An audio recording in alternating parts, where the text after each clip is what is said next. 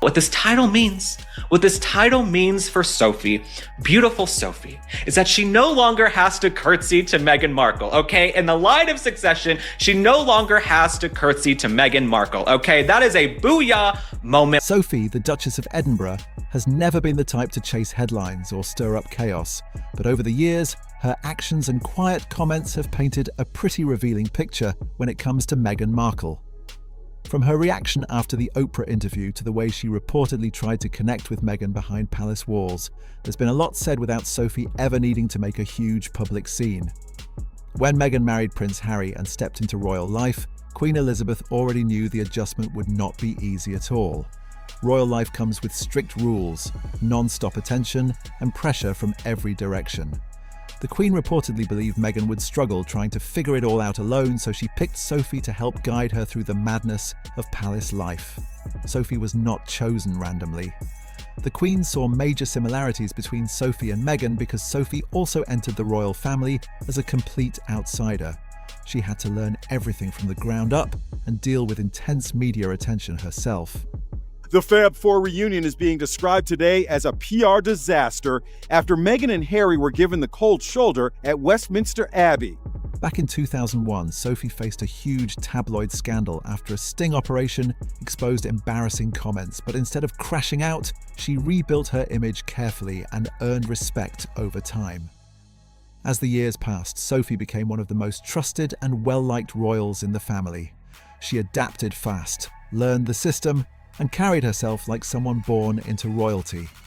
That is exactly why the Queen believed Sophie could help Meghan survive the pressure and settle into royal life successfully. Sophie reportedly made a real effort to welcome Meghan into royal life and help her adjust to everything happening behind palace doors. She even went to Meghan's home and spent hours talking with her face to face.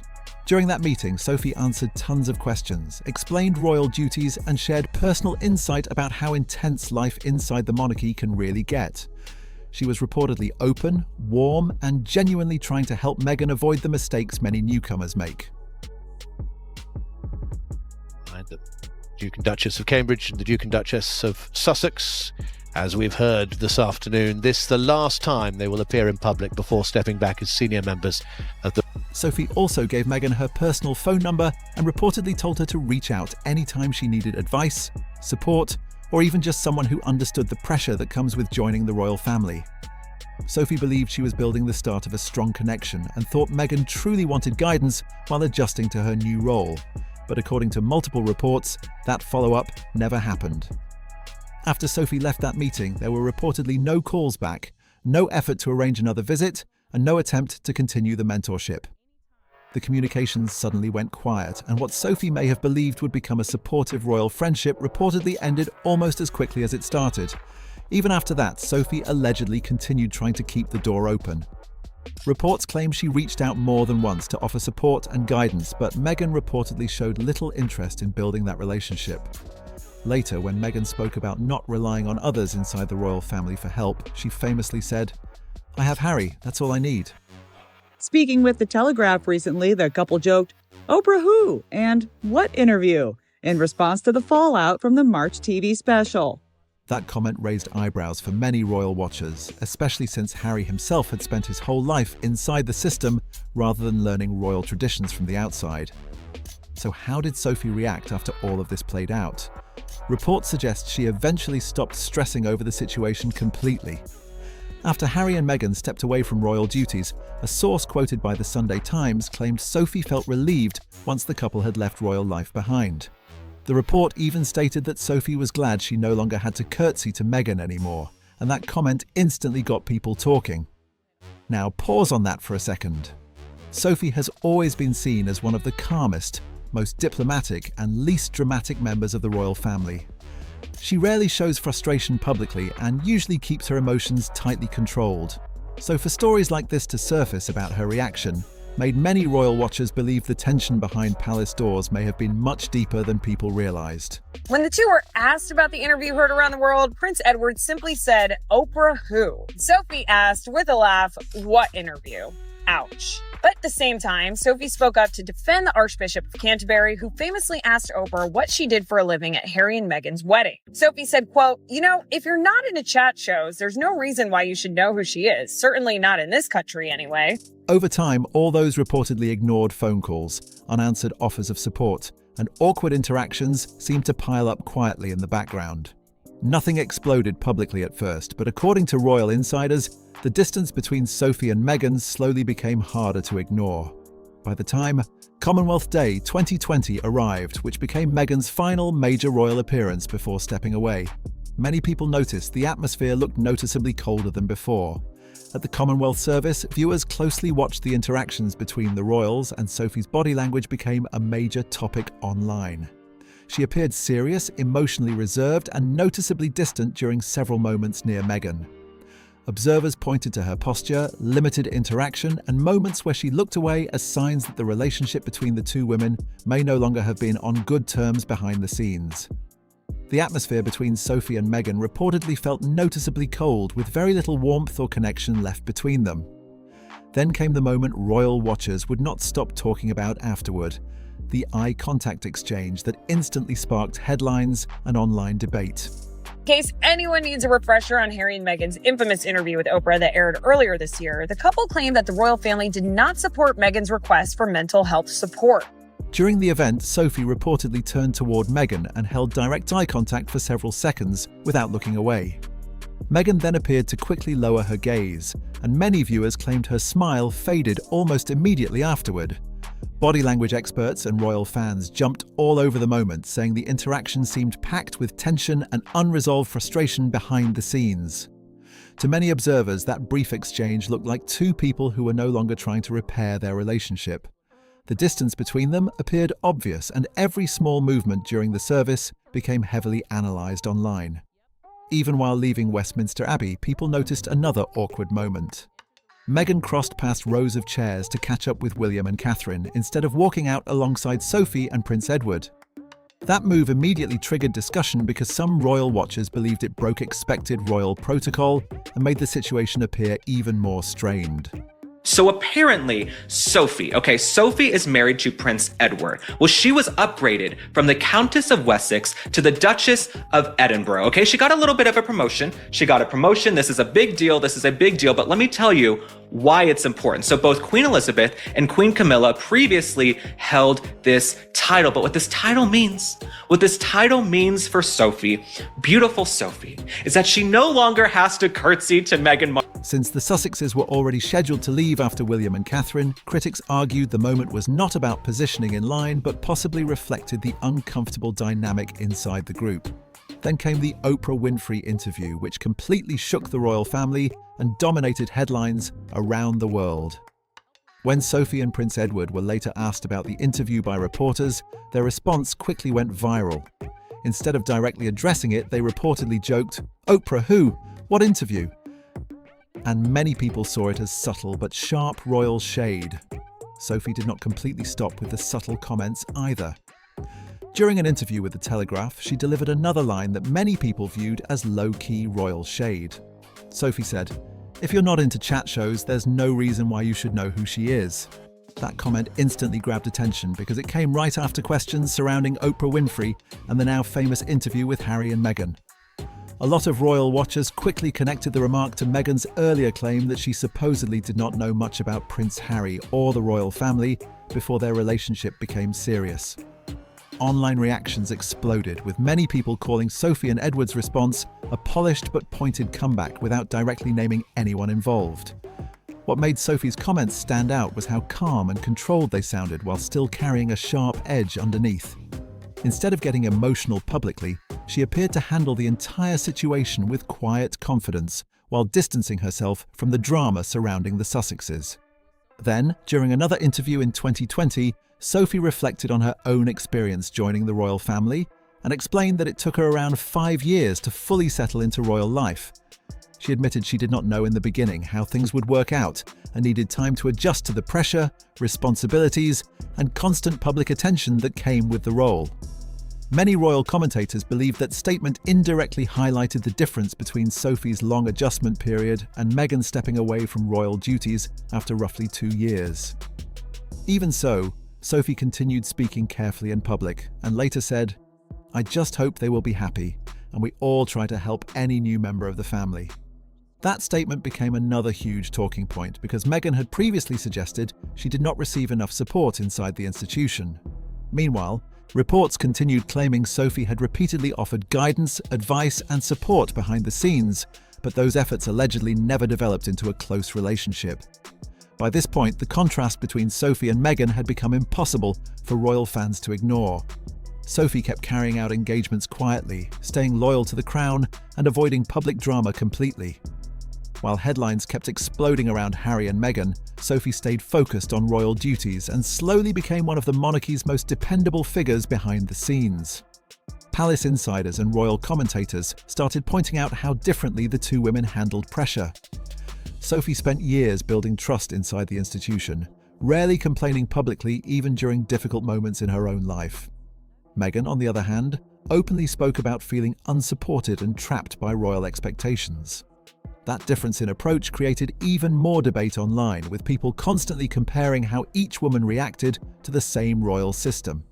Meghan Markle is in no way looking for your love or approval. According to The Telegraph's Bryony Gordon, the royal says she is not seeking people's affection and, quote, doesn't want people to love her. She just wants them to be able to hear her. She's even looking to distance herself from royal protocol and formalities when on official royal outings. What made the situation even more interesting was Sophie's growing closeness with senior royals after the Sussexes stepped away.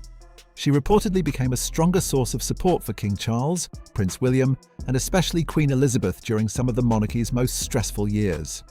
Many royal watchers even started calling Sophie the royal family's secret weapon because of how trusted and drama-free she appeared compared to the non-stop headlines surrounding Harry and Meghan.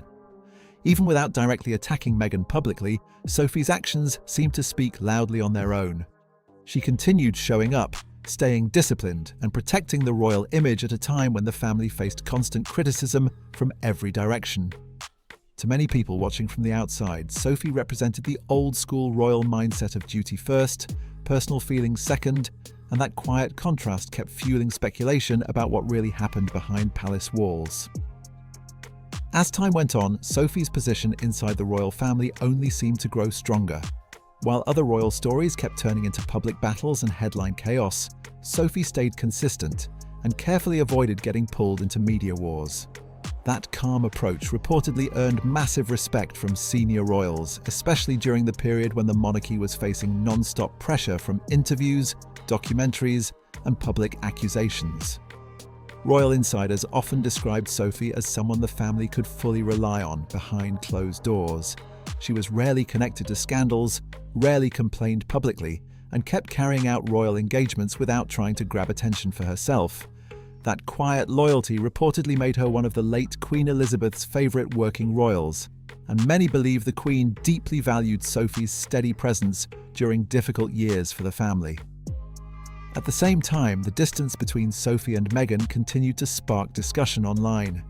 People started revisiting old clips, public appearances, and interviews, searching for signs that the relationship between the two women had broken down long before Harry and Meghan officially stepped away from royal duties. Every glance, every body language moment, and every carefully worded comment suddenly became part of a much bigger conversation. What really stood out to royal fans was that Sophie never seemed interested in fighting publicly or defending herself through emotional interviews. Instead, she let her work speak for itself. While the Sussex drama continued dominating headlines around the world, Sophie quietly strengthened her image as one of the monarchy's most trusted and dependable figures. That contrast alone kept adding more curiosity about the private tensions that may have existed behind palace walls all along. Even years after Harry and Meghan stepped away from royal duties, people still keep revisiting Sophie's reactions and comments, looking for hidden meaning. That is because Sophie never came across as someone who speaks carelessly. Every public statement she made sounded measured, controlled, and carefully chosen, which only made royal fans analyze her words even more closely. One thing many commentators noticed was how Sophie never tried to publicly attack Meghan directly. Instead, she appeared to communicate through subtle remarks, body language, and quiet distance. That approach actually made the situation feel even more dramatic because nothing was ever fully confirmed, yet the tension still seemed obvious to people watching from the outside. Meanwhile, Sophie's popularity inside royal circles reportedly kept rising. She took on more responsibilities, appeared at major events besides senior royals, and built a reputation as someone who could handle pressure without turning personal frustrations into public battles. Many royal supporters started praising her for staying calm and disciplined, while the monarchy faced wave after wave of criticism in the media. At the same time, Meghan and Harry continued sharing their side of the story through interviews, documentaries, and public projects, keeping the royal fallout alive in headlines around the world. That ongoing contrast between silence and public openness became one of the biggest talking points in the entire royal drama. For many royal watchers, Sophie ended up representing the traditional royal approach: keep emotions private, stay loyal to the institution, and carry on no matter how intense things become behind closed doors. Whether intentional or not, that difference in style between Sophie and Meghan kept fueling speculation that their relationship had been strained for much longer than the public originally realized. Another reason people became so fascinated by Sophie's reaction to Meghan was because Sophie herself once understood exactly what it felt like to enter the royal family as an outsider. Before marrying into the monarchy, Sophie worked in public relations and lived a completely normal life away from palace traditions. She knew firsthand how overwhelming the royal system could be, and how intense the media pressure becomes once you marry into the family. That shared experience is exactly why many people believed Sophie genuinely wanted Meghan to succeed from the very beginning. Royal commentators often pointed out that Sophie had already survived embarrassing headlines, public criticism, and difficult adjustments during her early years in the monarchy. Instead of walking away, she adapted slowly over time and rebuilt trust inside the institution through patience and consistency. Because of that history, some royal fans were shocked when reports started suggesting Meghan allegedly ignored Sophie's offers of help and guidance. To many observers, Sophie looked like the perfect person to lean on during such a massive life transition. She had already lived through similar pressure and reportedly understood better than almost anyone how confusing royal expectations could become behind the scenes. As the years passed, the story turned into a symbol of two completely different approaches to royal life. Sophie appeared willing to adapt herself to fit the institution, while Meghan openly questioned parts of the system and spoke publicly about feeling isolated and unsupported. That difference became one of the biggest dividing points in how people viewed both women online. Even now, royal fans continue debating whether things could have turned out differently if that early connection between Sophie and Meghan had actually grown into a real friendship. Instead, what started as an opportunity for guidance slowly transformed into one of the monarchy's most talked about strained relationships. Even when Queen Elizabeth reportedly asked Sophie to help mentor Meghan Markle, Sophie seemed genuinely willing to guide her through royal life and help her settle into the institution. But according to reports over the years, those offers of support were never fully embraced, and the connection between the two women quickly faded. As time passed, the guidance Sophie tried to provide reportedly stopped altogether, while Harry and Meghan's relationship with the royal family continued falling apart in public view. Meghan once said she did not need people to love her and only wanted people to hear her.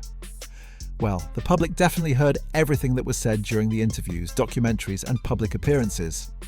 But instead of calming the controversy, those moments created even more debate around Harry and Meghan's exit from royal life and their ongoing criticism of the monarchy. Meanwhile, many royal supporters felt Sophie and Prince Edward quietly stepped into a stronger position after the Sussexes left royal duties behind. Eventually becoming the Duke and Duchess of Edinburgh added even more attention to Sophie's growing importance inside the royal family. The title carried major royal history, and many people saw it as recognition for years of loyalty, discipline, and staying out of public drama. What made Sophie stand out through all of this was the way she handled everything without emotional interviews, public feuds, or non-stop media battles. She reportedly offered support, kept things respectful, and when things did not work out, she simply carried on with her duties and stayed silent while the headlines exploded around everyone else. So what do you think? Was Sophie quietly throwing subtle shade the entire time, or was she simply staying professional while others created the drama? Drop your thoughts in the comments below, and don't forget to like, share, and subscribe for more royal stories and updates. See you in the next video.